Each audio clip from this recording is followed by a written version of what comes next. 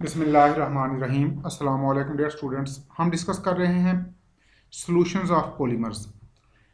Previous lecture में हमने पढ़ा था कि पॉलीमर और नॉन पॉलीमर कंपाउंड के सॉल्यूशन में बेसिक डिफरेंस ये होता है कि नॉन पॉलीमेरिक कंपाउंड के मॉलिक्यूल्स या ions they are small in size and size of their molecule or size of their ions is comparable to size of solvent molecule। यानी non polymeric compound के molecule या ion का size और solvent के molecule का size ये एक दूसरे के साथ कंपेरेबल होते हैं। इसलिए जब आप किसी नॉन पॉलीमेरिक कंपाउंड को या किसी लो मोलेकुलर मास के कंपाउंड को सूटेबल सॉल्वेंट में ऐड करते हैं तो सॉल्वेंट के मॉलिक्यूल सल्यूट के मॉलिक्यूल के साथ सल्यूट के क्रिस्टल के साथ कोलाइड करते हैं। इस तरह सल्यूट सॉल्वेंट इंटरेक्शन डेवलप हो जाती है और सल्यूट इंटरेक्शन वीक हो जाती है और थोड़ी से टाइम में within very small period of time solute के मॉलिक्यूल या आयन सॉल्वेंट के अंदर डिस्पर्स हो जाते हैं और सॉल्यूशन बन जाता है। इस प्रोसेस में एंट्रोपी इंक्रीज होती है और अगर आप स्टीयरिंग करें तो rate of dissolution rapidly increase हो जाता है। पॉलीमर के केस में पहला डिफरेंस तो ये है कि पॉलीमर के मॉलिक्यूल का साइज सॉल्वेंट के मॉलिक्यूल के साइज के कंपेरेबल नहीं होता। पॉलीमर के मॉलिक्यूल का साइज बहुत बड़ा है as compare to size of solvent molecule. दूसरी बात, पॉलीमर में ना सिर्फ इंटरमोलेकुलर फोर्सेस हैं बल्कि एक ही मॉलिक्यूल के डिफरेंट सेगमेंट के दरमियान भी अट्रैक्टिव फोर्सेस हैं। यानी नॉन पॉलीमेरिक कंपाउंड में सॉल्वेंट के मॉलिक्यूल ने सल्यूट की इंटरमोलेकुलर फोर्सेस को वीक करना होता है, लेकिन पॉलीमर के केस में सॉल्वेंट के मॉलिक्यूल को डबल फाइट करना पड़ती है। सॉल्वेंट के मॉलिक्यूल ने पॉलीमर के मॉलिक्यूल की इंटरमोलेकुलर फोर्सेस को भी वीक करना है और इंटर सेगमेंटल फोर्सेस को भी वीक करना है। क्योंकि पॉलीमर के मॉलिक्यूल लॉन्ग चेन की फॉर्म में होते हैं और ये चेन एक्सटेंडेड फॉर्म में नहीं होती बल्कि कॉइल्ड फॉर्म में होती हैं। इसलिए एक कॉइल के अंदर बहुत सारी पॉलीमर चेन्स हैं और उनके सेगमेंट्स एक दूसरे के साथ इंटेंगल्ड फॉर्म में हाईली फोल्डेड फॉर्म में होते हैं। तो उनके दरमियान इंटरमोलेकुलर फोर्सेस भी हैं और इंटर सेगमेंटल फोर्सेस भी हैं। सॉल्वेंट के मॉलिक्यूल ने पॉलीमर के सैंपल के अंदर या पॉलीमर के फ्रेगमेंट के अंदर पेनिट्रेट करके इंटर सेगमेंटल फोर्सेस को और इंटरमोलेकुलर फोर्सेस को वीक करना होता है। तो इस तरह पहले स्टेप में सॉल्वेंट के मॉलिक्यूल पॉलीमर के सैंपल में डिफ्यूज कर जाते हैं, या यूं कहें कि पॉलीमर सैंपल सॉल्वेंट के मॉलिक्यूल को सक करता है और उसका वॉल्यूम इन्हांस हो जाता है, यानी पॉलीमर सैंपल स्वेल हो जाता है सॉल्वेंट के मॉलिक्यूल को सक करके। इस प्रोसेस को कहते हैं सीडो इंडक्शन पीरियड और इसमें जेल बनता है। तो attractive forces between polymer and solvent depend on 3 factors. आज हम सिंपलेस्ट पॉलीमर को डिस्कस करेंगे, the solution of simplest polymer. और सिंपलेस्ट पॉलीमर वो हैं जिनमें लीनियर फ्लेक्सिबल चेन हो, क्योंकि लीनियर की बजाय अगर ब्रांच्ड चेन आ जाए तो फिर सॉल्यूशन फॉर्मेशन और ज़्यादा कॉम्प्लिकेटेड हो जाएगी। और अगर पॉलीमर क्रॉस लिंक्ड हों तो फिर वो किसी भी सॉल्वेंट में डिसॉल्व नहीं होंगे।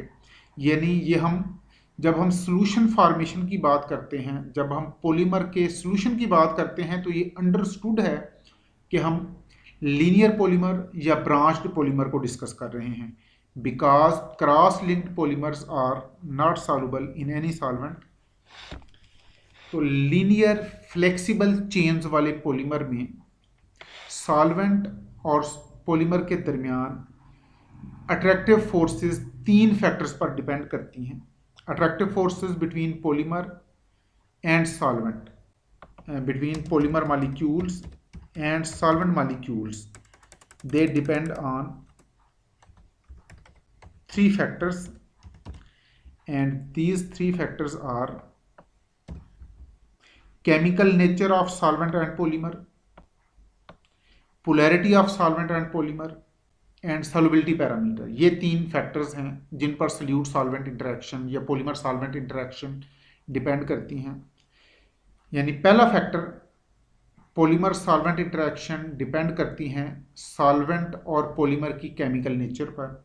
दूसरी बात, पॉलीमर सॉल्वेंट इंटरेक्शन डिपेंड करती हैं सॉल्वेंट और पॉलीमर की पोलैरिटी पर। और तीसरा फैक्टर सॉल्युबिलिटी पैरामीटर। तो जब हम पॉलीमर को सूटेबल सॉल्वेंट में ऐड करते हैं तो with passage of time polymer solvent interaction strong हो जाती हैं और पॉलीमर पॉलीमर इंटरेक्शन वीक हो जाती हैं।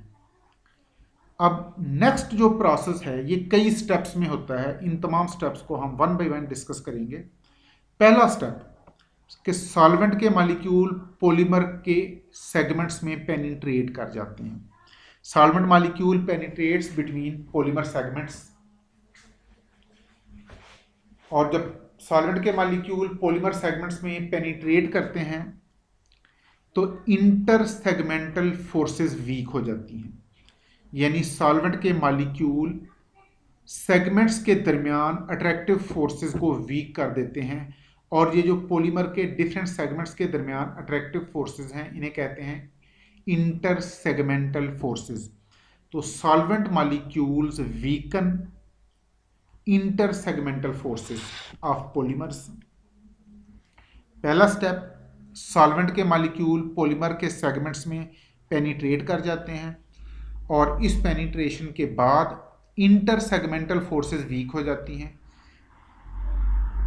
जूं जूं पॉलीमर के अंदर पॉलीमर के सैंपल में सॉल्वेंट के मॉलिक्यूल पेनिट्रेट करते जाएंगे, इंटर सेगमेंटल फोर्सेस वीक होती जाएंगी। अब तीसरा स्टेप कि सॉल्वेंट के मॉलिक्यूल सेगमेंट्स को सराउंड कर लेते हैं।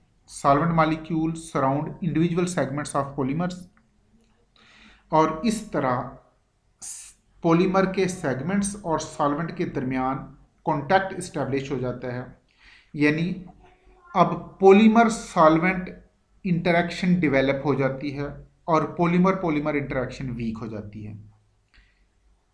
तो solvent molecules establish contacts with segments of polymer and in this way solvent polymer interaction get starts। अब जब इंटरसेगमेंटल फोर्सेस वीक होती हैं और पॉलीमर सॉल्वेंट इंटरेक्शन इस्टेब्लिश होना शुरू हो जाती है तो अब सॉल्वेंट के मॉलिक्यूल हर सेगमेंट्स को सराउंड कर लेते हैं। इस प्रोसेस को कहते हैं सॉल्वेशन। यानी ये जो हमने प्रोसेस पढ़ा कि solvent molecule surround individual segments of polymer, तो इसमें हम कहेंगे this process is called solvation.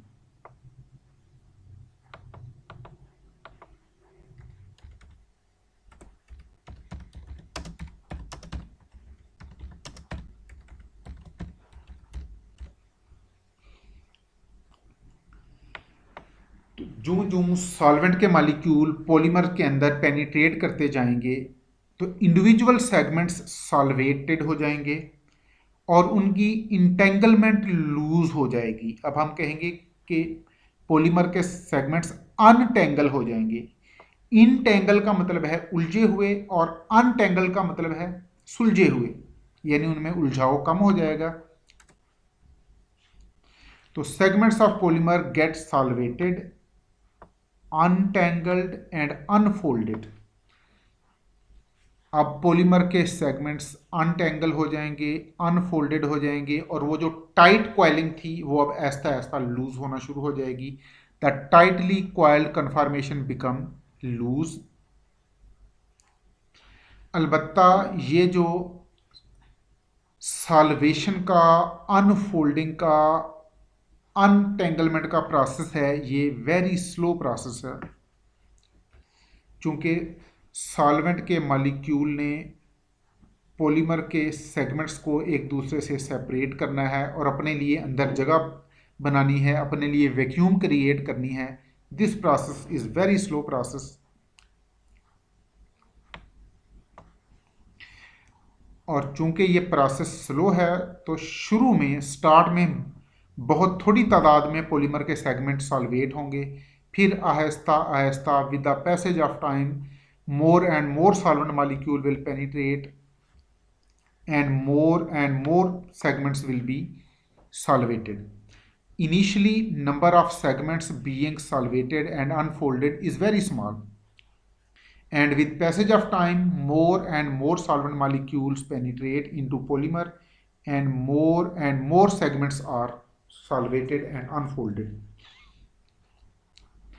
Polymer के सेगमेंट्स के दरमियान जो एम्प्टी स्पेस है उसे कहते हैं इंटर सेगमेंटल स्पेस। जूं जूं सॉल्वेंट के मॉलिक्यूल पॉलीमर के अंदर पेनिट्रेट करते जाएंगे, इंटर सेगमेंटल फोर्सेस वीक होती जाएंगी और इंटर सेगमेंटल स्पेस बढ़ती जाएगी। और जब इंटर सेगमेंटल स्पेस बढ़ेगी तो और ज़्यादा सॉल्वेंट के मॉलिक्यूल के लिए स्पेस बन जाएगी। इस तरह polymer polymer interaction, polymer polymer forces और इंटर सेगमेंटल फोर्सेस ये और वीक हो जाएंगी। The inter segmental space is vacated and the intersegmental space thus vacated is raided by more solvent molecule। यानी सॉल्वेंट के मॉलिक्यूल जब पॉलीमर के sample में पेनिट्रेट करते हैं, इसके नतीजे में जो इंटरसेगमेंटल स्पेस खाली होती है उसमें और सॉल्वेंट के मॉलिक्यूल हमला करते हैं और मज़ीद स्पेस को वेकेट करा लेते हैं। ये देखें, ये पॉलीमर की कॉइल है, बहुत सारी पॉलीमर चेन एक दूसरे के साथ उलझी हुई हैं, हाईली कॉइल्ड फोल्डेड फॉर्म में है, इंटेंगलमेंट है। तो these are polymer molecule in solid state just after being added to solvent. यानी जब हम सॉल्वेंट में पॉलीमर डालते हैं तो वो इस फॉर्म में होता है। फिर जब सॉल्वेंट के मॉलिक्यूल पेनिट्रेट कर जाते हैं तो ये चेन अनफोल्डेड होना शुरू हो जाती है, इसकी अनकॉइलिंग हो जाती है। अब ये देखें, इंटर सेगमेंटल स्पेस क्रिएट हो गई। जब आपने पॉलीमर को सॉल्वेंट में ऐड किया तो इंटर सेगमेंटल स्पेस कम थी। जब सॉल्वेंट के मॉलिक्यूल पेनिट्रेट कर जाएंगे इस कॉइल में तो इंटर सेगमेंटल स्पेस इंक्रीज हो जाएगी। तो first step, swollen gel is formed in solvent, और फिर आहिस्ता आहिस्ता ये पॉलीमर चेन्स एक दूसरे से सेपरेट होना शुरू हो जाएंगी। Solvated polymer molecule are dispersed in solution, ये सेकंड स्टेप है। तो फर्स्ट स्टेप हमने कहा ये स्लो प्रोसेस है, ये जो सॉल्वेशन का प्रोसेस है ये स्लो प्रोसेस है, और इस प्रोसेस में स्टिरिंग का भी कोई इफेक्ट नहीं होता, यानी rate of penetration of solvent into polymer is not affected by stirring।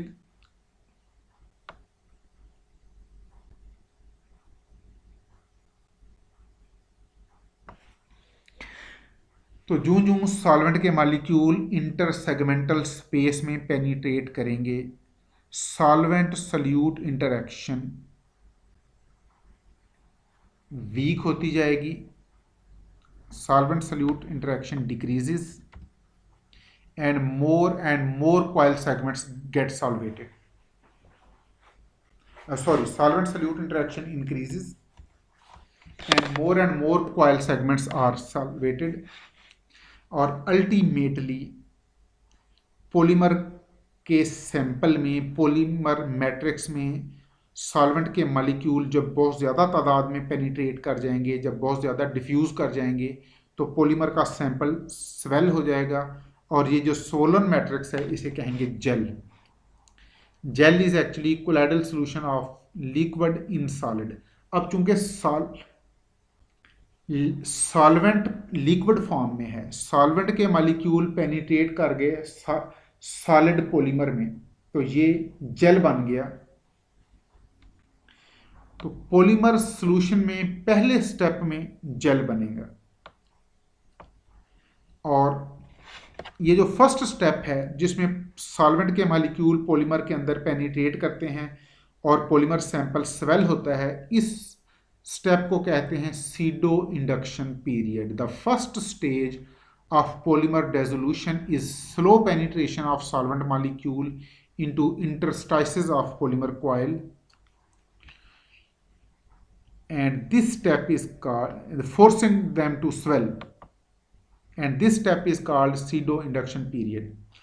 Polymer dissolution में पहली स्टेज ये है कि सॉल्वेंट के मॉलिक्यूल पॉलीमर के अंदर पेनिट्रेट कर जाएंगे पॉलीमर की इंटरस्टाइसिस में। इंटरस्टाइसिस का मतलब है इंटरसेगमेंटल स्पेस में सॉल्वेंट के मॉलिक्यूल पेनिट्रेट कर जाएंगे और पॉलीमर के सैंपल को स्वेल कर देंगे, and this step is called pseudo induction period.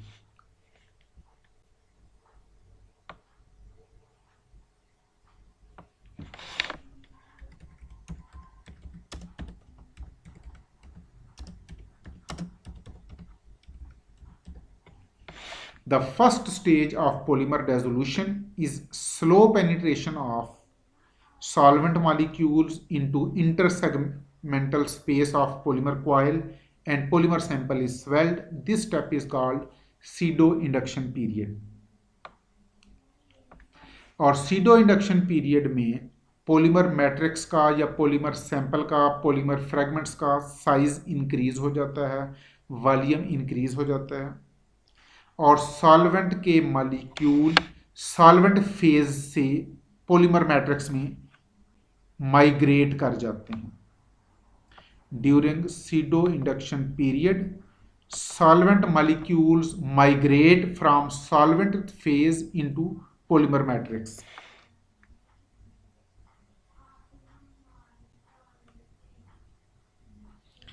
अब इस स्टेप में चूंकि पॉलीमर मैट्रिक्स या पॉलीमर सैंपल स्वेल होता है तो उस पॉलीमर के मॉलिक्यूल डिफ्यूज नहीं होते सॉल्वेंट के अंदर, बल्कि सॉल्वेंट के मॉलिक्यूल पॉलीमर के अंदर डिफ्यूज हो जाते हैं।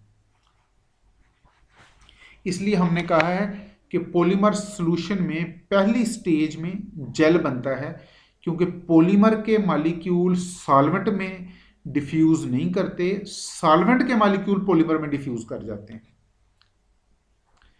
तो this phenomena of swelling depend on force of interaction between solvent molecule and polymer segment, and it is not influenced by stirring or agitation. Polymer के सॉल्यूशन फॉर्मेशन में जो पहली स्टेज है जिसमें सॉल्वेंट के मॉलिक्यूल पॉलीमर के अंदर diffuse करते हैं, इस स्टेज में स्टिरिंग का भी कोई फायदा नहीं होता। This process is not influenced by stirring or agitation, यानी pseudo induction period is not affected by stirring or agitation। अलबत्ता अगर आप पॉलीमर के सैंपल को छोटे छोटे फ्रेगमेंट्स में डिवाइड कर लें, यानी पॉलीमर के एक बड़े पीस को छोटे छोटे पीसेस में डिवाइड कर लें, तो फिर हम रेट ऑफ डिसोल्यूशन को इन्हांस कर सकते हैं। क्यों कि जब हमारे पास पॉलीमर का एक बड़ा पीस है तो सॉल्वेंट के मॉलिक्यूल स्लोली उसमें डिफ्यूज करेंगे, चूंकि बहुत थोड़े मॉलिक्यूल हैं जो सरफेस पर हैं। पॉलीमर के सैंपल में जो सेगमेंट्स सरफेस पर होंगे वो सॉल्वेंट के मॉलिक्यूल के साथ इंटरेक्ट करेंगे। अलबत्ता जब आप इसी पॉलीमर के लार्ज पीस को छोटे फ्रेगमेंट्स में डिवाइड कर देंगे तो सरफेस एरिया इंक्रीज हो जाएगा। अब पॉलीमर के ज़्यादा सेगमेंट सरफेस पर आएंगे और ज़्यादा सेगमेंट्स सॉल्वेंट के मॉलिक्यूल के साथ इंटरेक्ट करेंगे। इस तरह डिसोल्यूशन का प्रोसेस इन्हांस हो सकता है। We can speed up process of exposing, we can speed up dissolution process by exposing more polymer area to solvent interaction. We can speed up dissolution process of polymer by exposing more polymer area for solvent interaction। यानी polymer के एक large piece की बजाय अगर हम छोटे छोटे pieces कर लें तो चूंकि उनका सरफेस एरिया ज़्यादा हो जाएगा तो सॉल्वेंट के साथ उनकी इंटरेक्शन ज़्यादा होगी, then rate of dissolution speed up हो सकता है।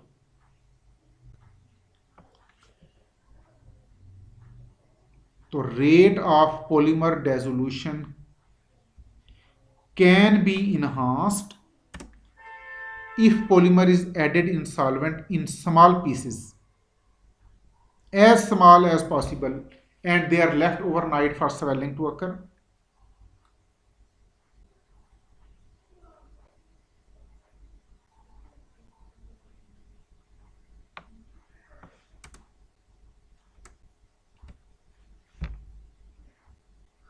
तो जूं जूं स्वेलिंग का प्रोसेस होगा, सॉल्वेंट के मॉलिक्यूल जब पॉलीमर के अंदर पेनिट्रेट करेंगे तो more and more segments will be solvated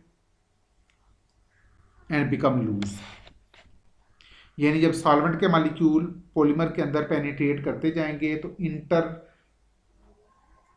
molecular forces week हो जाएंगी, इंटर सेगमेंटल स्पेस इंक्रीज हो जाएगी और पॉलीमर सॉल्वेंट इंटरेक्शन इस्टेब्लिश होंगी और पॉलीमर की कॉइल लूज होती जाएगी। तो when all segments are solvated as a whole, then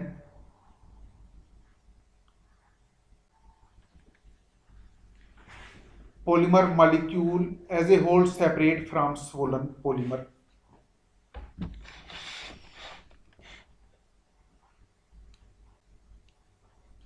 तो फिर आहिस्ता आहिस्ता पॉलीमर के मॉलिक्यूल सॉल्वेंट के अंदर डिफ्यूज होते जाएंगे, डिस्पर्स होते जाएंगे। Now sol is form. अब जो सॉल्यूशन बनेगा that is sol. This solution is called sol. Sol is colloidal solution of solid in liquid. तो पॉलीमर के सॉल्यूशन फॉर्मेशन में पहले जेल बनेगा, यानी लिक्विड के मॉलिक्यूल पॉलीमर में डिफ्यूज हो जाएंगे।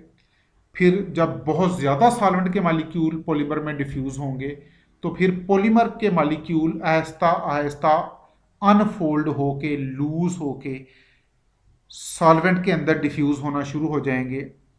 In this way solution is formed and this solution is called soul.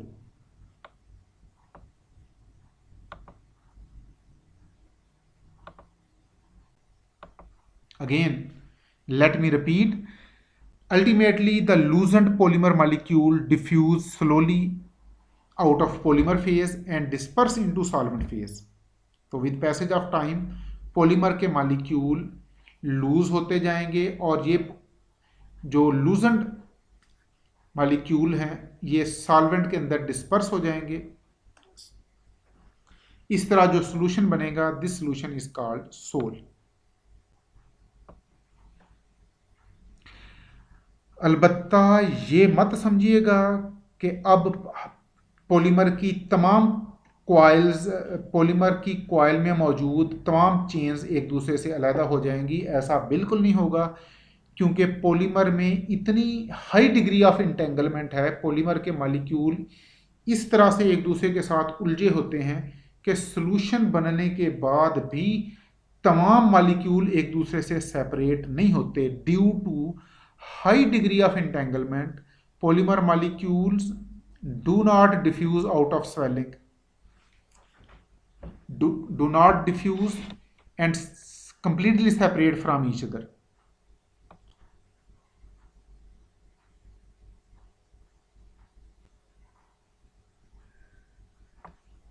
Do not diffuse separately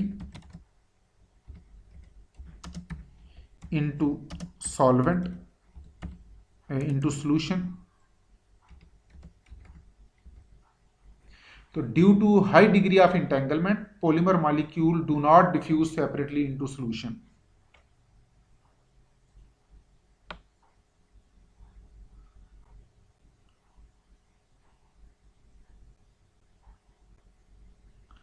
But a stream of entangled molecule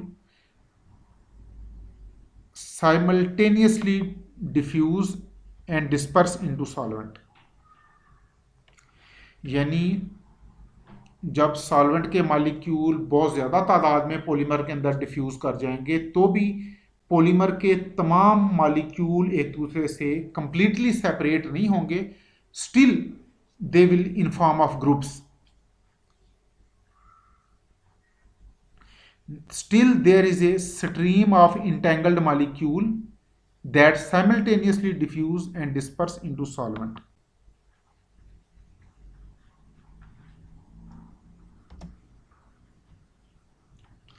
अब ये जो दूसरी स्टेज है जिसमें सोल बनता है, the rate of diffusion can be increased by agitation. अब हम एजिटेशन से रेट ऑफ डिफ्यूजन को इनहांस कर सकते हैं, या दूसरे लफ्जों में आप यूं कहें कि rate of gel formation is not affected by stirring but rate of sol formation can be affected by stirring.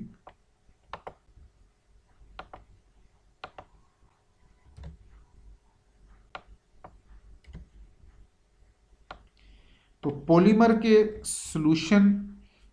का सॉल्यूशन बेसिकली कोलाइडल सॉल्यूशन है। पहले स्टेप में जेल बना, दूसरे स्टेप में सोल बना। जेल फॉर्मेशन में सॉल्वेंट के मॉलिक्यूल पॉलीमर के सैंपल में डिफ्यूज करते हैं और जेल फॉर्मेशन पर स्टीयरिंग का कोई इफेक्ट नहीं होता। जब जेल फॉर्मेशन हो जाती है तो उस वक्त पॉलीमर इंटरेक्शन बहुत ज़्यादा वीक हो चुकी होती हैं। देन पॉलीमर के मॉलिक्यूल पॉलीमर के मैट्रिक्स को छोड़ के सॉल्वेंट के अंदर डिफ्यूज होना शुरू हो जाते हैं। दूसरे स्टेज में सोल बनता है, तो सोल फॉर्मेशन पर स्टीयरिंग का इफेक्ट होता है, जेल फॉर्मेशन पर स्टीयरिंग का इफेक्ट नहीं होता। तो gel formation is not affected by stirring but sol formation is affected by steering.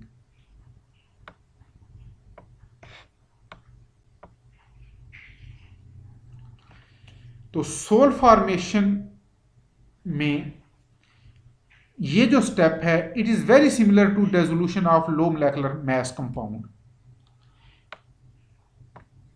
जिस तरह लो मोलेकुलर मास कंपाउंड या नॉन पॉलीमेरिक कंपाउंड में स्टीयरिंग करके हम रेट ऑफ डिसोल्यूशन को इनहांस कर सकते हैं, इसी तरह पॉलीमर के सॉल्यूशन में भी जब सोल फॉर्मेशन की स्टेज आती है तो फिर स्टीयरिंग करके हम रेट ऑफ डिसोल्यूशन को इनहांस कर सकते हैं।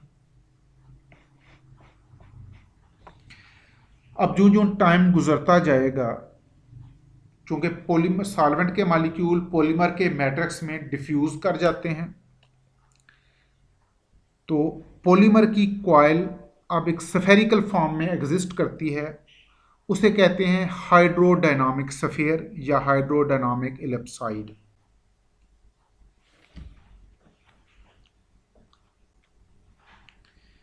इस हाइड्रोडायनामिक स्फीयर के अंदर सॉल्वेंट के मॉलिक्यूल बाउंड फॉर्म में होते हैं और इसके बाहर जो सॉल्वेंट के मॉलिक्यूल हैं वो फ्री फॉर्म में होते हैं। तो although all chain segments of polymer molecule are unfolded and fully solvated, the molecule does not assume shape of extended straight chain। ये बात समझिएगा कि सॉल्यूशन जब बन जाता है पॉलीमर का तो भी तमाम चेन एक दूसरे से सेपरेट होकर बिल्कुल स्ट्रेट चेन में नहीं आ जाती, बल्कि स्टिल देयर इज कॉइलिंग। यानी पॉलीमर की चेन्स जो पॉलीमर के सैंपल से अलहदा होके अब सॉल्यूशन में डिफ्यूज कर गई हैं, वो चेन भी एक्सटेंडेड फॉर्म में या स्ट्रेट फॉर्म में नहीं होती, they are still in coiled form, coiling still exist. ये देखिएगा,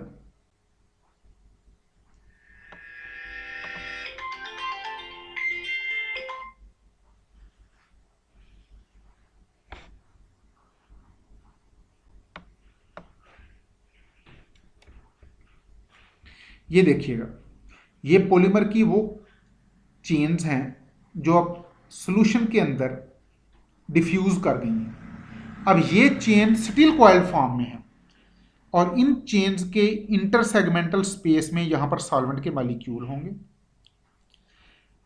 ये स्फेरिकल फॉर्म में स्टिल ये चेन एग्जिस्ट कर रही हैं और इस सफ़ेयर को कहते हैं हाइड्रोडायनामिक सफ़ेयर और इस सफ़ेयर के वॉल्यूम को कहते हैं हाइड्रोडायनामिक वॉल्यूम। इस चेन के अंदर सॉल्वेंट के मॉलिक्यूल बाउंड फॉर्म में हैं और इसके बाहर सॉल्वेंट के मॉलिक्यूल फ्री फॉर्म में हैं। तो ये जो बाउंड सॉल्वेंट मॉलिक्यूल और free solvent molecule they are in dynamic equilibrium with each other.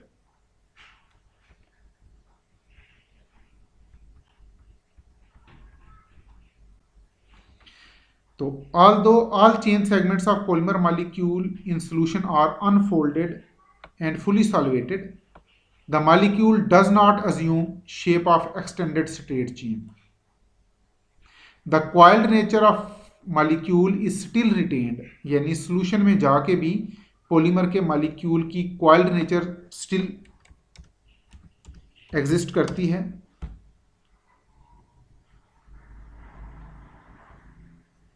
But now it is in form of expanded coil with empty spaces between unfolded segments. तो polymer coil having solvent molecule filled in intersegmental space is called hydrodynamic sphere or hydrodynamic ellipsoid. पॉलीमर की coil जिसके intersegmental space में solvent के molecule मौजूद हैं उस polymer coil को कहते हैं hydrodynamic sphere. The solvent molecule held in the polymer coil are called bound solvent molecule and the solvent molecule that are surrounding the coil are called free solvent molecule. Solvent के जो molecule polymer coil के अंदर हैं वो उन्हें कहते हैं bound solvent molecule और सॉल्वेंट के जो मॉलिक्यूल पॉलीमर कॉइल से बाहर हैं उन्हें कहते हैं फ्री सॉल्वेंट मॉलिक्यूल। तो bound solvent molecule and free solvent molecule they are in dynamic equilibrium with each other because rate of diffusion of solvent molecule into polymer coil and rate of diffusion of solvent molecule going out of polymer coil it is same. Rate of diffusion of solvent molecule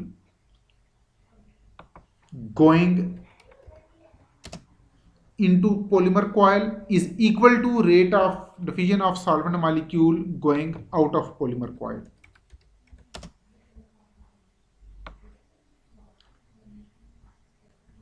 तो जो apparent volume है hydrodynamic sphere का उसे कहते हैं hydrodynamic volume.